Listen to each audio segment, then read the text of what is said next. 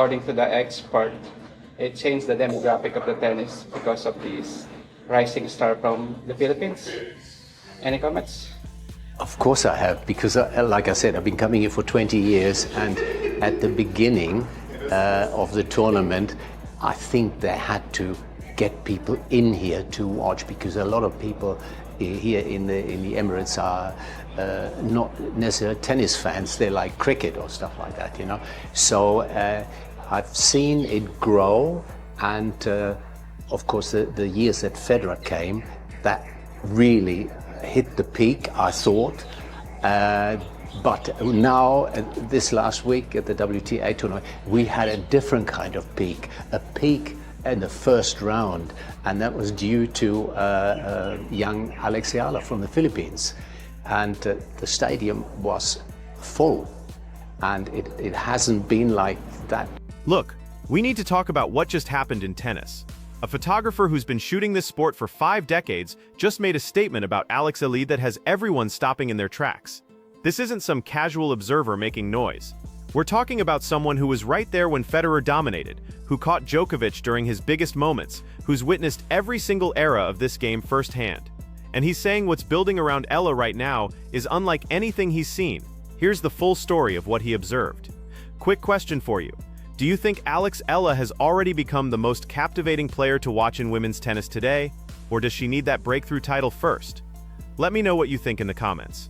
But first, let's dive into exactly who Jürgen Hasenkopf is, because understanding his background is crucial to grasping why his words carry so much weight. Jürgen Hasenkopf, tennis photographer. I wasn't always a tennis photographer. I used to do all sorts of stuff, travel and social media and home stories and stuff like that. But more tennis come up, and in the end, I ended up doing tennis only. I always say if I had been more attentive at school, I would have had a better job, but I quite enjoy my job, and I've been doing it now for 5 decades in the game. That's how long this photographer has been documenting professional sports, eventually focusing entirely on tennis. His journey didn't begin on the courts, though. Hasenkopf cut his teeth shooting travel content, lifestyle photography, and various commercial work before Germany's tennis explosion in the 80s changed everything. When Steffi Graf and Boris Becker emerged as global superstars and sent their entire nation into tennis fever, Hasenkopf found himself drawn to the sport and never looked back. He was there capturing every moment of that golden era.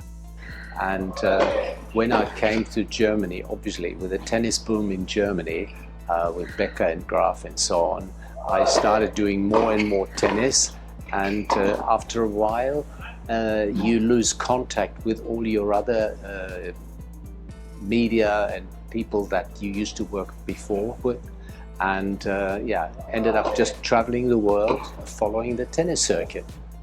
And here I am in Dubai this time. This is I think I've been here over 20 years now. So it's a nice stopover when I come from the Australian Open. I just get off here and stay a couple of weeks to do the WTA and ATP tournament here at the Dubai Duty Free Championships. And it has changed in the last few years, and especially the players' parties have changed. Dubai has been his regular assignment for more than 2 decades now.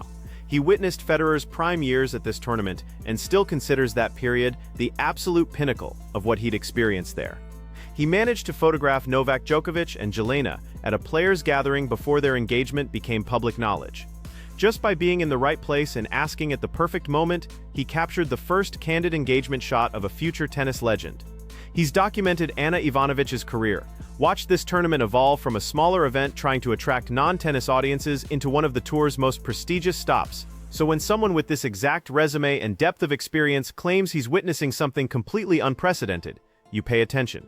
His reference library of memorable moments is extensive, which makes his comments about Alex Eala even more striking. A first round, second round match, there was such an atmosphere, and obviously she's a crowd favorite here, and probably going to be a crowd favorite at any tournament she's going to play now. And I remember her winning the US Open in 2022, And I thought, oh yeah, nice girl, pretty girl, and winning against the favorite at the US Open. So I've more or less been looking at her at some tournaments, but when she came here, she made it to the quarterfinals. It was a fantastic match she played to get there, but unfortunately she lost against Coco Gauff, and yeah, but that was something really special to have that atmosphere in the early round of WTA. The atmosphere during Eala's opening rounds at Dubai this year created something Hasenkopf had simply never experienced in over 20 years of covering this event. Not during the biggest names visits, not ever. First and second round WTA matches typically don't generate spectacle-level energy. The major crowds usually show up for semifinals and finals.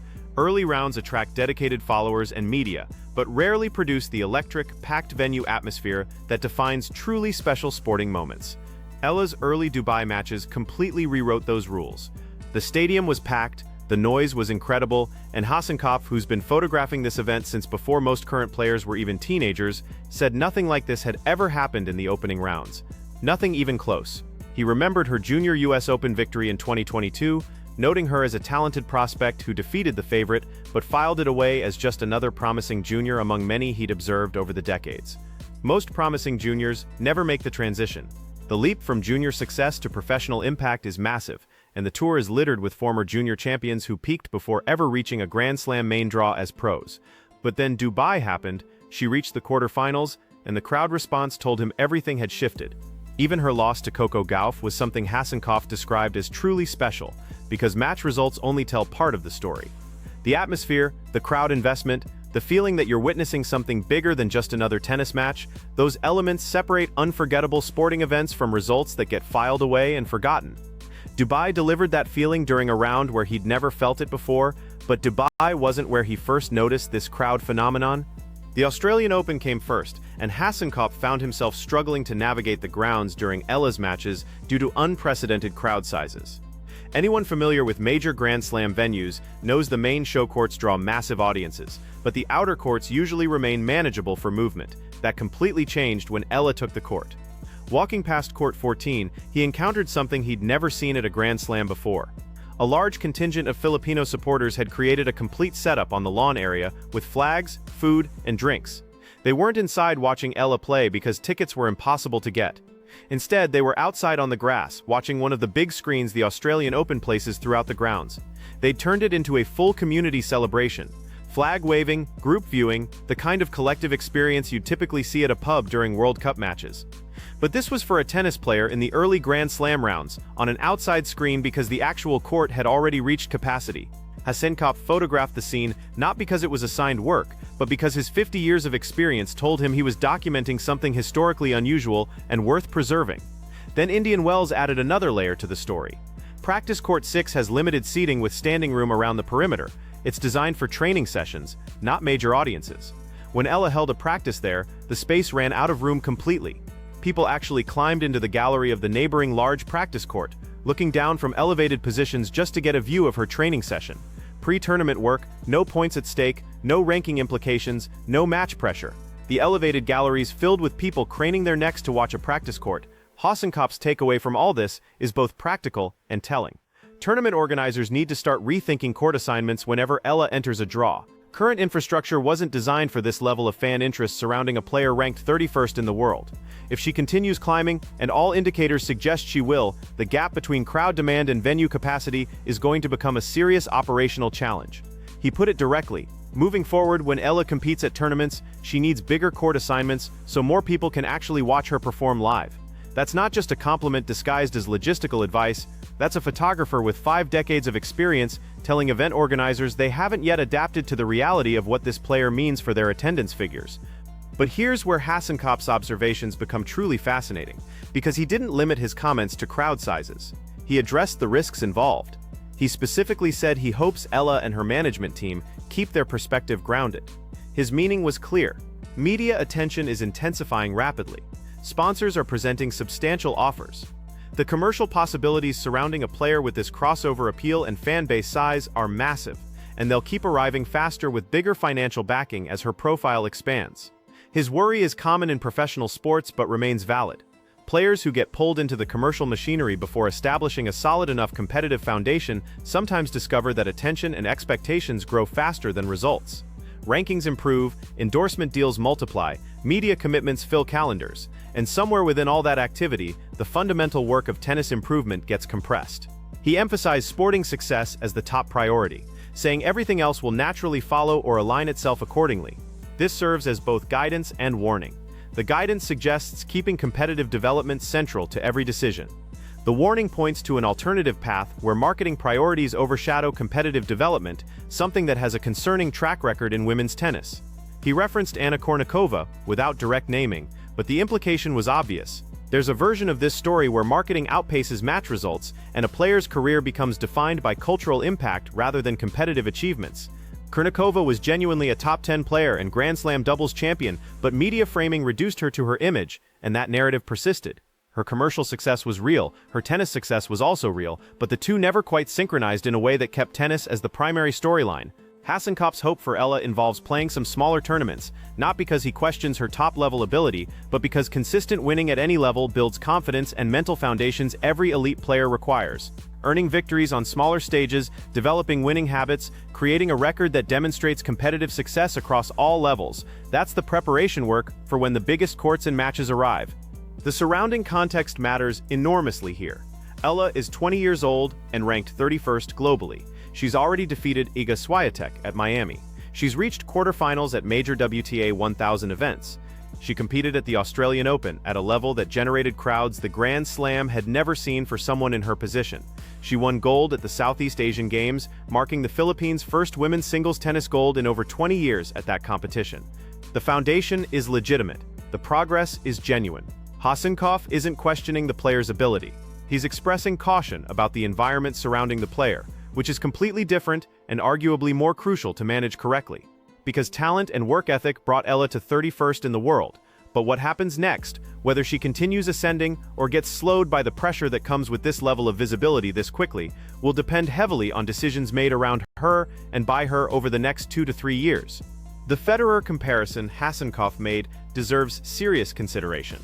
He described the years Federer competed in Dubai as the previous high point of what he'd witnessed at that tournament. Federer, winner of 20 Grand Slam titles, widely regarded as the greatest ever by a substantial portion of tennis history. Hasenkopf is placing what's happening around Eala in the same conversation as what happened around Federer at this event. He's not claiming she is Federer. He's saying the crowd energy, the sense of witnessing something special, the feeling that something historically unusual is occurring, that's the category he's placing this in. Coming from someone who was present for Federer and has been photographing tennis for 50 years, that carries significant weight. Indian Wells' main draw is where all these observations get their most direct test. She enters ranked 31st with a first-round bye. The draw could potentially set up a rematch with Coco Gauff, who defeated her 6-0, 6-2 in Dubai. If that match materializes, it'll happen on a much larger court than Dubai provided, in front of crowds that will include the Filipino fans who appeared at practice court 6 just to watch her train. And somewhere in those stands, almost certainly, will be Jurgen Hasenkopf with his camera. 5 decades of context informing his perspective, watching to see what develops with the player he says represents something he's never quite witnessed before. The crowds have already made their decision clear. They chant her name during practice sessions. They create setups on lawns outside courts with flags and food when inside tickets aren't available. They climb into elevated galleries at practice venues just to look down at training sessions. Whether results eventually match the atmosphere is the question Hasenkopf finds most compelling. Based on everything he's observed in 50 years of documenting this sport from behind his lens, he's genuinely hoping the answer proves to be yes. A 50-year veteran of tennis photography just compared what's building around Alex Eala to the Federer era at Dubai. That statement carries serious weight. The crowds are already committed. Now we wait to see if the championships follow. If this analysis sparked some thoughts, smash that like button and subscribe so you catch every breakdown like this one.